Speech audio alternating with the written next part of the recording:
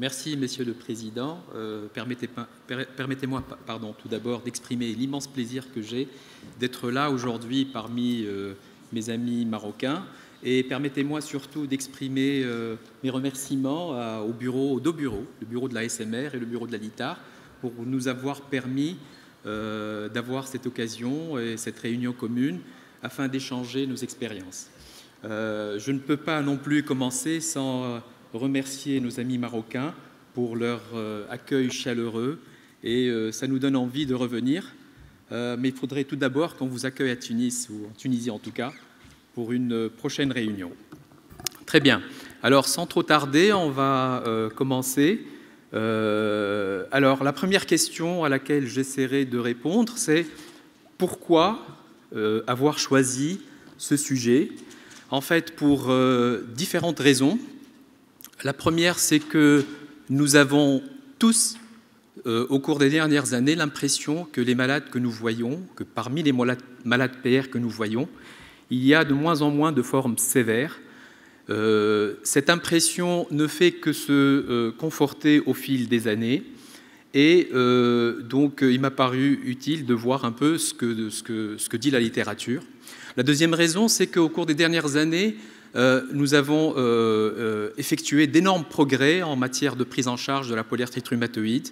Et il est important, au bout d'un certain temps, de prendre un petit peu de hauteur et d'essayer de regarder d'où on est parti, où on en est, et où est-ce que ça a été bien, et quels sont les points qui méritent, sur lesquels c'est-à-dire qui méritent qu'on concentre nos efforts afin d'avancer davantage.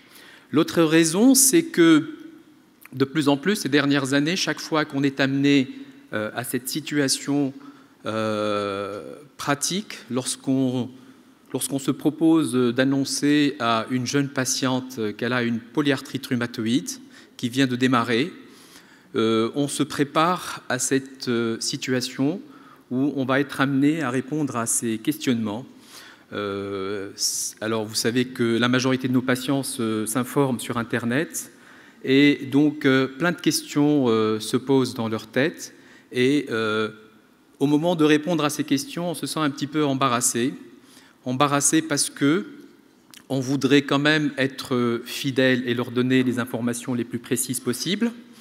On voudrait leur donner des informations qui les rassurent à juste titre sans perdre leur confiance, mais on ne voudrait pas non plus les rassurer à tort, on ne voudrait pas non plus leur faire peur davantage, accentuer leur inquiétude, accentuer la composante d'anxiété ou de dépression qui accompagne l'annonce d'une maladie chronique, et éviter quand même, surtout en phase de déni, de les amener à perdre le contact avec l'équipe soignante, au risque de perdre des mois, des semaines précieuses. Et vous savez combien il est précieux aujourd'hui de démarrer un traitement efficace d'emblée, précocement, afin de gagner donc la bataille contre cette maladie. Donc, et puis au moment d'annoncer ce diagnostic, on se pose la question, on se rappelle aussi qu'il n'y a pas une polyarthrite rhumatoïde, il y a des polyarthrites rhumatoïdes, et c'est une forme hétérogène, comme vous le savez bien, et entre les formes les plus bénignes et les formes les plus sévères, il y a toutes les nuances de gris, donc certaines données nous disent que ces formes sévères représentent à peu près 29 à 30%, c'est le cas dans ce travail finlandais. Alors, ce sont des données qui ont été récoltées sur des malades qui sont vus quand même, regardez, c'est une publication de 2002, et l'aspect ou le caractère sévère dans cette étude-là a été basé sur une définition qui est la suivante. C'est le fait de récolter l'un des trois critères que vous voyez là, un Larsen, donc un score radiologique supérieur à 66, et ou un HAQ, un HAQ supérieur à 2, et ou donc la présence de au moins 3 arthroplasties. Et vous voyez donc 29%, c'est énorme. Il y a aussi la notion de décès. Et donc annoncer cet élément-là, qui est basé sur des données d'il y a plus de 20 ans, est-ce que c'est fidèle? Est-ce que ça retrace la réalité des choses aujourd'hui? Alors, on se rappelle aussi que la polyarthrite rhumatoïde, ça reste quand même une maladie handicapante qui met en jeu le pronostic fonctionnel et que dans les 5 à 6 ans qui suivent le démarrage d'une polyarthrite rhumatoïde, il y a quand même 60% de PR qui vont avoir une réduction de leur autonomie. Il y a quand même un bon nombre qui vont avoir des perturbations de leur activité professionnelle, avec 50% qui vont changer de travail, 35% qui vont avoir un arrêt de travail, et 25% qui vont continuer à travailler, mais avec un statut de travailleur handicapé, handicapant surtout dans la tête avant que ça soit sur leur appareil locomoteur. Et puis, 20% vont être déclarés invalides vers un âge moyen de 45 ans. Donc ça, on le savait que l'APR avait cet impact fonctionnel. Ce qu'on avait appris aussi avec les années, c'est que la polyarthrite rhumatoïde ne met pas en jeu uniquement le pronostic fonctionnel, mais ça reste une maladie grave parce que c'est une maladie qui tue. C'est une maladie au cours de laquelle on peut perdre en moyenne 10 années de sa vie si jamais un traitement de fond correct n'était pas démarré au bon moment. Et vous voyez les deux courbes, en rouge l'espérance de vie attendue et en bleu observée dans cette étude-là. Et donc c'est ce qui a permis d'ailleurs de considérer que la polyarthrite rhumatoïde est une maladie grave et justifier bien entendu le remboursement d'un certain nombre de traitements coûteux. Maintenant, ce sont des données qui étaient anciennes et je vous montre là une carte du monde et ça provient des données de l'OMS recueillies en 2004, publiées en 2009, qui retracent l'impact des deux aspects de l'impact de la polyarthrite rhumatoïde, à savoir la mortalité et l'handicap physique. Et alors, il y a deux choses qu'on remarque, c'est qu'il y a une disparité en fonction des pays. Ça, c'est la première chose qu'on remarque.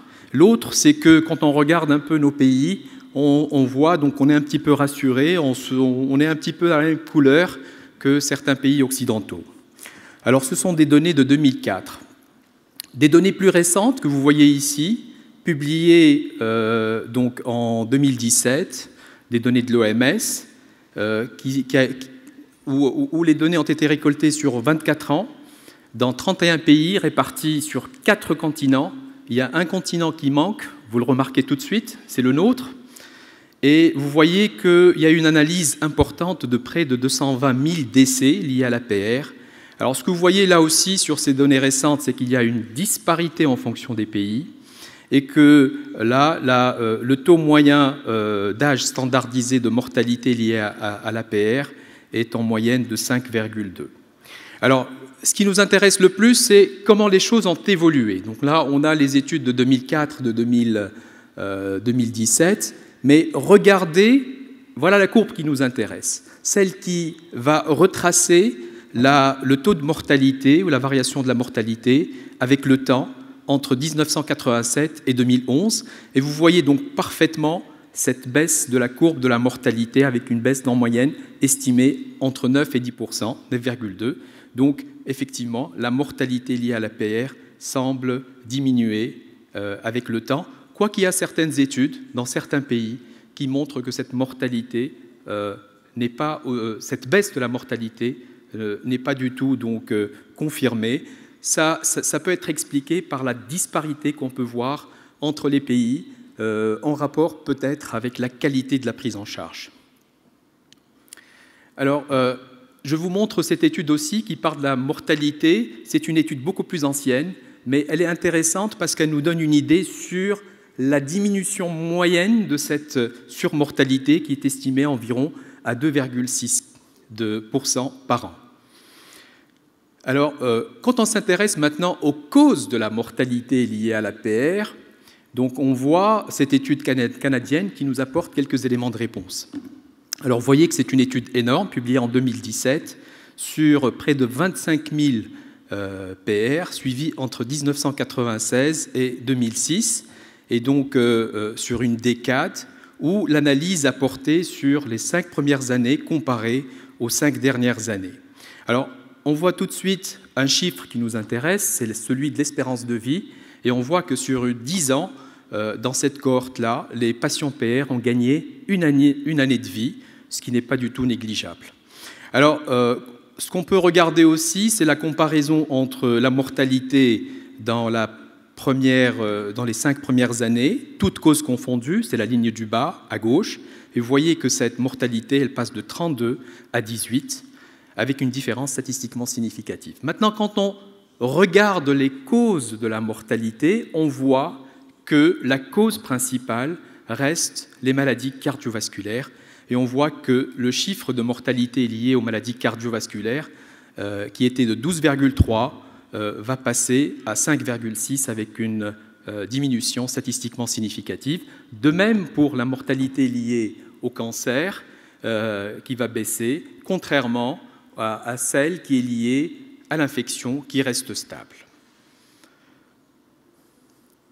Alors, à côté de la mortalité, il y a un autre indicateur qui peut nous renseigner sur la sévérité de la polyarthrite rhumatoïde, c'est le recours à l'hospitalisation. Et comme vous le voyez dans cette étude italienne qui a été communiquée par le ministère de la Santé du pays sur les polyarthrites rhumatoïdes hospitalisés, et vous voyez qu'il y a une analyse de près de 190 000 hospitalisations, et on voit qu'avec le temps, entre 2001 et 2008, il y a une baisse d'environ 17% des hospitalisations qui sont justifiées en particulier par, c'est-à-dire en milieu chirurgical, avec une baisse d'environ 26%. Alors, on a d'autres données. Là, c'était les données italiennes. Ici, c'est les données irlandaises qui montrent, là aussi, donc après l'analyse d'hospitalisation d'environ 45 000 entre 1995 et 2010, répartis sur 57 centres hospitaliers. Et vous voyez qu'avec le temps, entre 1995 et 2010, il y a une baisse significative du nombre d'hospitalisations liées à l'APR. Donc, quand on s'amuse un petit peu à voir un peu ces données d'hospitalisation entre 1995 et 2010, on voit qu'il y a une réduction d'à peu près 45%. Alors là aussi, on peut regarder autre chose, rien que pour voir. On voit un petit peu que la prescription de méthotrexate va être sur la même période à peu près multipliée pratiquement par 3, que celle des anti-TNF est multipliée par 50, normal, puisque c'était après l'introduction des biothérapies, et puis que le nombre de rhumatologues a été multiplié par 2,5 environ, et celui des orthopédistes par 1,5. Alors, on a d'autres données plus récentes qui montrent la même chose, comme celle qui concerne le Canada à gauche. Alors, vous connaissez ce travail publié en 2017. On s'y était intéressé parce qu'on regardait un peu les hospitalisations liées à la goutte pour voir qu'elle était en train d'augmenter. C'est la courbe en rouge. Mais ce qui nous intéresse aujourd'hui, c'est de regarder la courbe bleue. Et vous voyez que le nombre d'hospitalisations liées à la polyarthrite rhumatoïde ont baissé d'environ 47% avec une diminution significative. Alors, des choses parfaitement comparables quand on s'intéresse à cette publication faite en 2018 qui a été faite au Suède, et on a des données exactement comparables. Alors, après les hospitalisations, on peut s'intéresser aussi à un autre indicateur, c'est le recours à la chirurgie orthopédique en particulier. Et vous voyez dans cette étude irlandaise le nombre d'interventions et de chirurgie orthopédique en haut, à droite, donc toutes les chirurgies orthopédiques au cours de l'APR. Vous voyez comment ce nombre, cette courbe, va en diminuant de manière significative entre 1995 et 2010. Alors, en bas et à gauche, vous avez la même courbe qui exprime le nombre d'arthroplasties de hanches, de PTH, et en bas et à droite, le nombre de prothèses totales de genoux, et vous voyez que les différences sont statistiquement significatives, une baisse significative. Alors, des choses tout à fait comparables aussi en Hollande, mais là, les données sont exprimées en taux d'incidence d'actes chirurgicaux, et vous voyez qu'à partir de 1997, il va y avoir une baisse, là aussi, de cet indice donc, de chirurgie orthopédique. Alors, là, ce sont les données japonaises, et je vais vous montrer deux études donc, qui émanent du Japon. Vous avez là la cohorte IORA, qui est une cohorte observationnelle, qui a porté sur 5000 patients vus en consultation par an en moyenne. Et vous voyez donc comment la courbe en haut exprime le nombre de sujets qui ont bénéficié d'une chirurgie orthopédique, donc tout venant. Vous voyez comment elle diminue avec le temps. En dessous, vous avez là aussi une baisse des sujets qui bénéficient d'une chirurgie prothétique, donc tendance à la baisse. Alors, pratiquement la même chose dans cette autre étude japonaise publiée en 2017. Vous voyez là aussi la même tendance de baisse de la chirurgie orthopédique, c'est la courbe en haut. Prothèse totale de genou, c'est celle qui vient en dessous, et la prothèse totale de hanche, où la baisse n'est pas aussi flagrante, mais qui reste quand même statistiquement significative. Là aussi, quand on regarde les modifications thérapeutiques opérées dans ce pays sur la même période, on voit que ça correspond quand même à une utilisation optimisée du méthotrexate, avec un nombre de patients qui reçoivent du méthotrexate en 2004 à 39, qui passe à 63 en 2014. Les doses utilisées, les doses moyennes, bien entendu, vont être là aussi plus importantes. Et puis, donc, l'introduction des biothérapies. Alors, au passage, remarquez, la ligne du bas, que l'utilisation des corticoïdes a également diminué. Alors, l'expérience américaine, c'est des études un peu plus anciennes, alors qui montrent un peu la même chose pour la prothèse totale de genou à droite. Mais ce qui est intéressant, c'est qu'elle nous donne aussi une idée sur la chirurgie cervicale pour luxation axoïdienne. On voit qu'il y a une tendance à la baisse entre 1983 et 2001. Mais surtout, voilà pourquoi cette étude reste intéressante, c'est qu'elle montrait déjà, à cette période-là, moins de chirurgie, non pas orthopédique, mais de splénectomie, comme vous le voyez, pour syndrome de Felty par exemple, ou moins de vascularite rhumatoïde. Et c'est l'impression qu'on a tous, c'est qu'on voit moins de syndrome de Felty, moins de vascularite, et ça ne peut que nous faire plaisir. Alors, on a vu donc, avec ces indicateurs, que les PR avec le temps, vont avoir moins de mortalité, moins d'hospitalisation, moins de recours à la chirurgie. Mais est-ce qu'on peut se poser la question si les PR aujourd'hui, en termes d'activité, sont moins actives que celles qu'on voyait auparavant? Est-ce qu'elles sont moins chaudes ou plus chaudes, si j'ose dire? Alors, on peut avoir quelques éléments de réponse avec cette étude qui émane de la cohorte OPAL, qui est une cohorte australienne, qui a porté quand même sur plus de 15 000 polyarthrites rhumatoïdes. Et vous voyez donc, là, on va comparer les données en termes de compte articulaire. On va comparer donc les données entre 2009 et 2014. Et vous voyez donc les colonnes en bleu foncé représentent 2009 et celles les plus claires représentent 2014. Et vous voyez qu'avec le temps, le nombre d'articulations douloureuses, mais également le nombre d'articulations tuméfiées, va vers la baisse. Alors, quand on s'intéresse maintenant au DAS28 et la classification donc, basée sur le DAS28 que nous connaissons tous, donc, alors, qu'est-ce qu'on remarque? Complètement à gauche, vous avez le pourcentage de malades en rémission DAS, et vous voyez qu'avec le temps, le nombre de sujets en rémission DAS28 augmente de manière linéaire. Alors, au dépend de quoi? Au dépend d'une baisse du nombre de patients qui sont en moyenne en activité modérée ou forte, donc les deux colonnes de droite. Remarquez que les patients en activité faible restent relativement stables en nombre et en pourcentage. Alors, on a une autre étude qui va nous montrer pratiquement la même chose. C'est c'est la cohorte japonaise IORA, qu'on a vu tout à l'heure. Et vous voyez qu'on voit pratiquement la même chose. Sauf que là, les résultats ne sont pas exprimés en DAS, mais en SDAI. Et vous voyez en bas, entre 2000 et 2013, le pourcentage de sujets qui sont en rémission SDAI augmente de manière linéaire. Au dépend de quoi? Au dépend des patients qui sont en activité modérée et activité haute. Alors, plus intéressant, quand on superpose la courbe qui correspond au traitement employé sur la même période, et vous voyez donc deux choses. Vous voyez la courbe en noir foncé, c'est celle qui correspond au méthotrexate au milieu de la figure. Vous voyez comment elle augmente et elle dessine à peu près la même tendance avec le pourcentage de sujets en rémission. C'est la courbe du méthotrexate, l'utilisation du méthotrexate. Et puis la courbe qui est tout à fait en bas en pointillé correspond à l'usage des biothérapies. Et vous voyez qu'à partir de 2003, il y a donc une augmentation de l'utilisation des biothérapies et le DAS28, c'est-à-dire la rémission, semble avoir évolué dans le même sens. Alors voilà une autre étude plus récente qui retrace la même chose. Là, ça a été fait au Norvège. Et vous voyez qu'on compare donc sur une dizaine d'années le pourcentage de patients qui sont en rémission. Alors, on va tout simplement comparer les colonnes bleues, qui correspondent donc à la période 2000-2002, aux colonnes orangées, complètement à droite, qui correspondent à 2009-2010.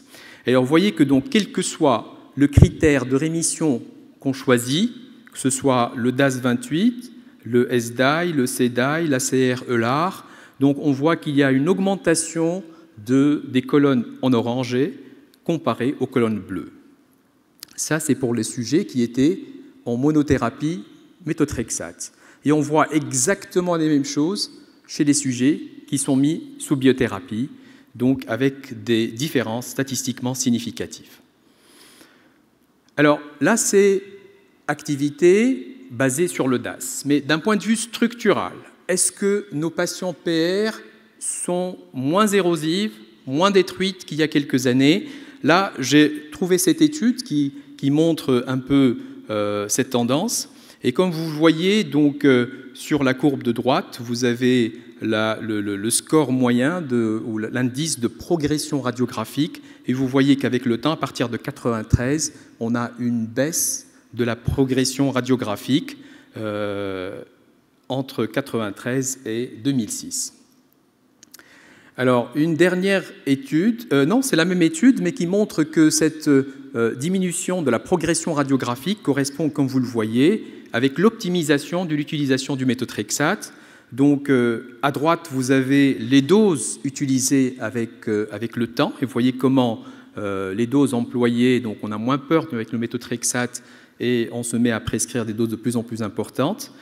Sur la courbe de gauche, vous avez en noir foncé en haut la courbe du méthotrexate et en bas foncé l'utilisation des biothérapies, comme pour les études qu'on vient de voir tout à l'heure. Donc vous voyez que c'est une tendance qui se confirme, quelles que soient les études qu'on a regardées. Voilà, donc des PR moins actifs, quand on les compare avec ce qu'on voyait il y a 10-20 ans, des PR qui semblent progresser moins sur le plan structural, mais on peut se poser la question, est-ce que ça ne serait pas à cause du fait que la polarité rhumatoïde initialement devient moins agressive, si j'ose dire, à l'instar de ce qu'on a vu avec d'autres pathologies comme le RAA ou d'autres pathologies qui, avec le temps, se sont un petit peu calmées ou pour des raisons qu'on ignore, liées à l'écosystème ou autre chose, sont moins fréquentes et moins sévères. Donc, pour répondre à cette question, j'ai trouvé une étude, cette étude anglaise de la cohorte NOAR, qui nous apporte quelques éléments de réponse. Et vous voyez qu'on compare ici, sur une vingtaine d'années, réparties en 4 périodes de 5 ans, les données concernant des PR débutantes de moins de 2 ans, environ 1700. Et vous voyez ici le DAS28, les résultats exprimés en DAS28, lors de leur inclusion, lorsqu'elles arrivent donc du praticien, c'est des courbes avec les ronds, donc envoyées par le médecin généraliste au rhumatologue, et on évalue le DAS28 initial, et vous voyez qu'avec le temps, le niveau de DAS28 reste pratiquement stable. Donc que ce soit en 1990 ou en 2010, donc sur une vingtaine d'années, on a l'impression que le DAS28 initial n'est pas plus bas qu'il y a 20 ans. Alors les mêmes données, là, exprimées en termes de HAC. Alors si ce n'est pas la PR, le visage initial qui a changé, c'est peut-être nous qui avons changé. Est-ce que nous avons changé au cours de ces dernières années? Qu'est-ce que vous en pensez? En tout cas, moi je pense que oui, donc on se comporte pas de la même façon avec nos PR aujourd'hui par rapport à ce qu'on faisait il y a 20 ans. Alors, je m'adresse aux moins jeunes comme moi. Alors, qu'est-ce qui a changé? En fait, nous avons changé, tout a changé. Nous avons élevé notre niveau d'exigence vis-à-vis de nos patients PR. Nous sommes plus exigeants, nous avons élevé la barre, et ce niveau d'exigence qui a été élevé a concerné toutes les étapes de la prise en charge de la polyarthrite rhumatoïde, du diagnostic au suivi à la prise en charge thérapeutique. Alors, c'est vrai qu'aujourd'hui, nous faisons et nous attelons à faire des diagnostics le plus précocement possible, avec une prise en charge thérapeutique la plus précoce possible. Il faut dire qu'on s'est donné aussi les moyens de ce diagnostic précoce, avec donc la mise au point de ces critères, les fameux critères ACR-EULAR, qui, je vous rappelle, ont été développés dans un but précis, c'est de pouvoir établir le diagnostic de polyarthrite rhumatoïde à un stade débutant, pour remplacer nos anciens critères ACR 1987, qui, je vous le rappelle, n'étaient pas des critères diagnostiques, mais simplement des critères de classification orientés vers les PR en phase d'état, donc établis. Et donc, d'autres progrès qu'on a fait, on s'est fait aider par, c'est vrai, l'immunologie avec l'avènement des anticorps anti-CCP, des ACPA, mais aussi l'imagerie, et en particulier, donc, je citerai l'échographie et un peu moins l'IRM, qui nous a permis, dans des situations un peu douteuses, d'établir la présence d'une synovite ou d'une ténosynovite assez précocement, avant la clinique même. Nous avons aussi opté pour un traitement précoce, efficace. Précoce, alors précoce, ça veut dire quoi? Précoce, sans rater la fameuse fenêtre d'opportunité thérapeutique, donc où la maladie est particulièrement sensible au traitement, où on peut transformer un monstre, un dragon, en un simple toutou. Et là, donc, cette fenêtre d'opportunité thérapeutique, nous le savons tous, notre objectif, c'est de démarrer un traitement dans les 3 premiers mois de l'évolution clinique d'une polyarthrite rhumatoïde. Donc ça a été aussi une avancée.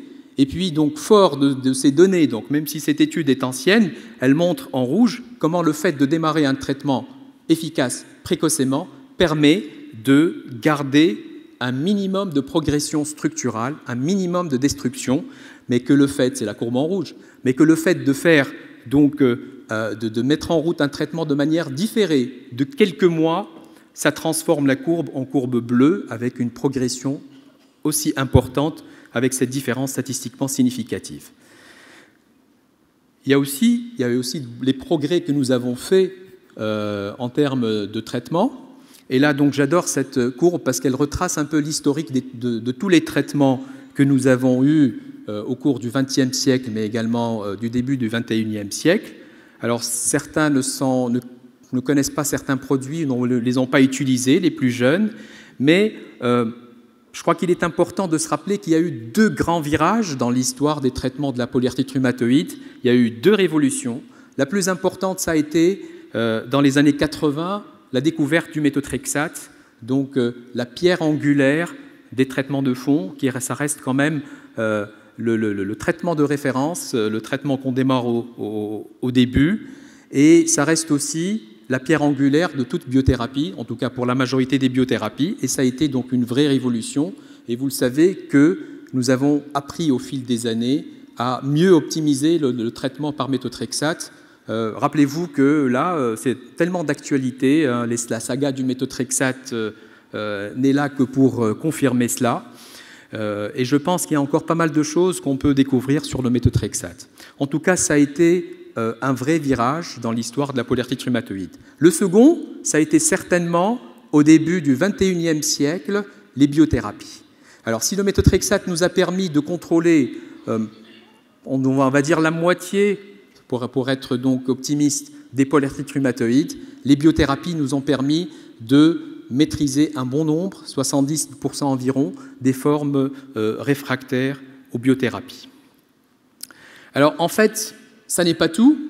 C'était aussi, ce que nous avons fait aussi, c'est de mettre en place des stratégies bien codifiées, c'est de nous organiser et de faire les choses de manière ordonnée, avec donc toutes ces stratégies de prise en charge qui vont du diagnostic à un stade précoce, au suivi rapproché avec des paramètres pertinents, en choisissant des outils d'évaluation qu'on fait régulièrement, comme le DAS28, qui nous permettent donc d'évaluer le résultat des traitements qu'on met en route, et puis donc de faire évoluer, d'intensifier le traitement de manière, en voyant nos malades de manière approchée, jusqu'à l'obtention de la cible, donc avec les stratégies de type T2T.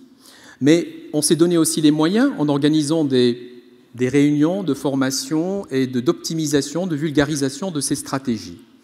Et ce qui serait intéressant aujourd'hui, c'est de voir d'abord le résultat, ce que ça donne, mais avant de voir le résultat, ce que ça donne, voir le résultat de tous ces efforts en termes d'implémentation de ces stratégies-là. Et faute de trouver des données sur cette implémentation de toutes ces stratégies, je vous montre cette étude-là, suédoise, publiée en 2016, qui montre un peu la modification de notre comportement, du comportement du rhumatologue devant les PR débutantes. Alors, regardez cette étude de plus près. Elle s'est intéressée à des PR précoces, évoluant depuis moins d'1 an, suivis pendant 1 année, et on fait des évaluations tous les 3 mois, et on s'intéresse uniquement au traitement de fond, au DMARDS. Alors, les patients ont été répartis en 2 groupes. Le T1, c'est ce qui se passait entre 1996 et 1998, et le T2, c'est ce qui se passe entre 2006 et 2009. Et vous voyez, on va comparer, on va regarder simplement les parties en vert. Et vous voyez que en T2, on est déjà à pratiquement moins de 10% de sujets. Le vert, c'est les sujets qui ne sont pas sous traitement de fond.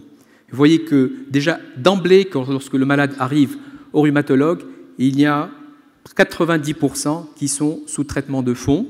Alors, comparativement par rapport au T1, vous voyez comment les colonnes en vert à T1, c'est-à-dire M0, sont à peu près 50% de sujets qui ne sont pas sous traitement de fond, et ça s'améliore, et que quand on voit les choses à 1 an, M12, vous voyez qu'il reste quand même 20% de malades qui ne sont toujours pas sous traitement de fond.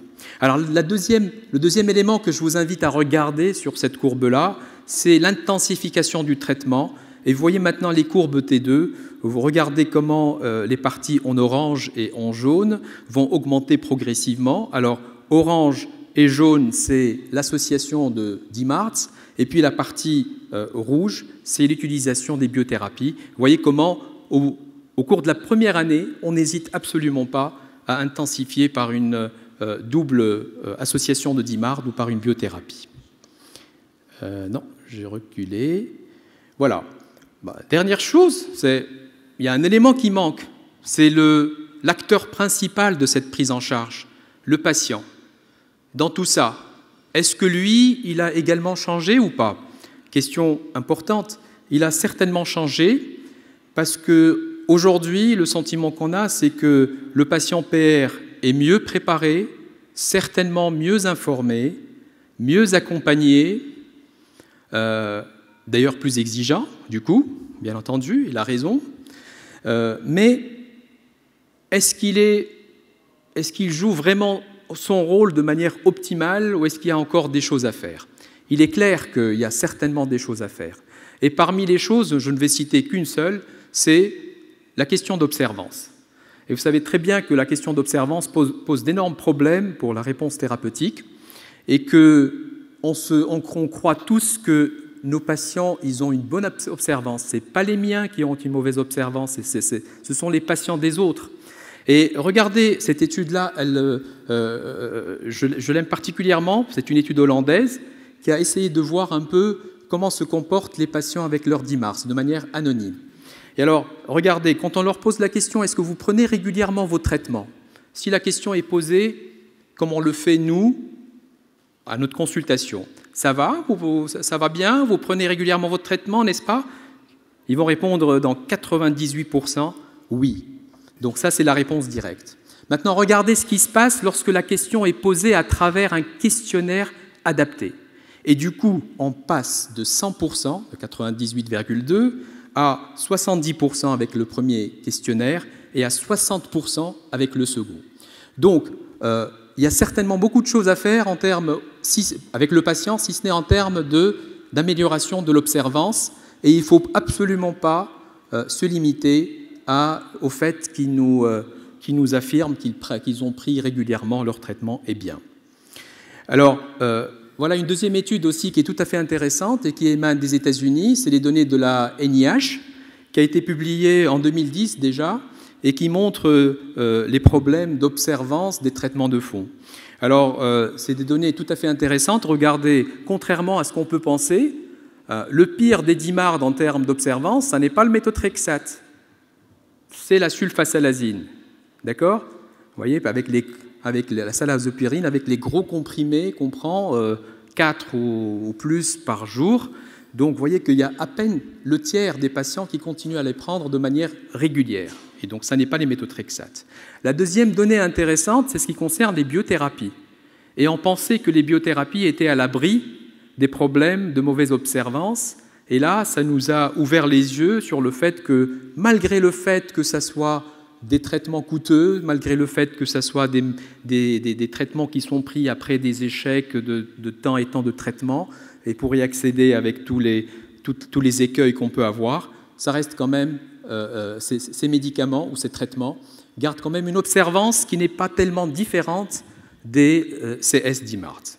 Alors, quand on demande aux patients quelles sont les causes, quand on s'intéresse aux causes de cette mauvaise observance, regardez, plus du tiers, ils vous disent je me suis senti mieux. Donc là, j'ai cru bon d'alléger mon traitement. Ou alors, donc à peu près le tiers, 38%. L'autre tiers, c'est j'ai eu des effets indésirables. 13%, j'ai décrété que le traitement ne marche pas, donc je l'ai arrêté. Ou alors, j'en ai eu marre ou je craignais des effets indésirables sur la santé. Voilà. Donc, je ne sais pas si j'ai répondu à la question, mais je crois qu'on peut voir qu'au cours des 20 dernières années, le visage de l'APR a bel et bien changé. Aujourd'hui, nos patients PR sont probablement un peu mieux ou mieux. Il y a un moindre niveau d'activité, il y a moins de destruction et de déformation, il y a moins de recours à l'hospitalisation et à la chirurgie orthopédique, il y a une meilleure qualité de vie, il y a une baisse de la surmortalité, même si on garde encore une surmortalité, et en particulier liée aux maladies cardiovasculaires. Et là, il est important de souligner l'intérêt de la prise en charge des comorbidités, et en particulier cardiovasculaires. Alors, ceci a été donc le fruit d'un patient mieux préparé, d'un meilleur contrôle et un contrôle précoce de la maladie, d'un meilleur usage des traitements existants, et certainement on attend d'autres traitements plus efficaces, on l'espère du moins. En tout cas, il y a un toutefois. Toutefois, même si l'APR est une maladie aujourd'hui qui semble être moins sévère, son potentiel destructeur reste probablement intact, le même. Ça reste une maladie qui réduit l'espérance de vie, et donc on est encore face à une maladie qu'on arrive à mieux contrôler, mais qu'on n'arrive toujours pas à guérir. On ne parle pas de guérison, rappelez-vous, on parle de rémission. Et s'il y a quelque chose sur laquelle il faut insister, c'est que cette prise de hauteur nous permet de mieux voir d'où on est parti, où on est, mais en tout cas, il faudrait qu'on regarde là où on va partir. Il ne faut surtout pas relâcher notre vigilance, et j'espère que le visage que nous allons dessiner ensemble de la PR il y a 20 ans se rapprochera de celui de droite. Merci.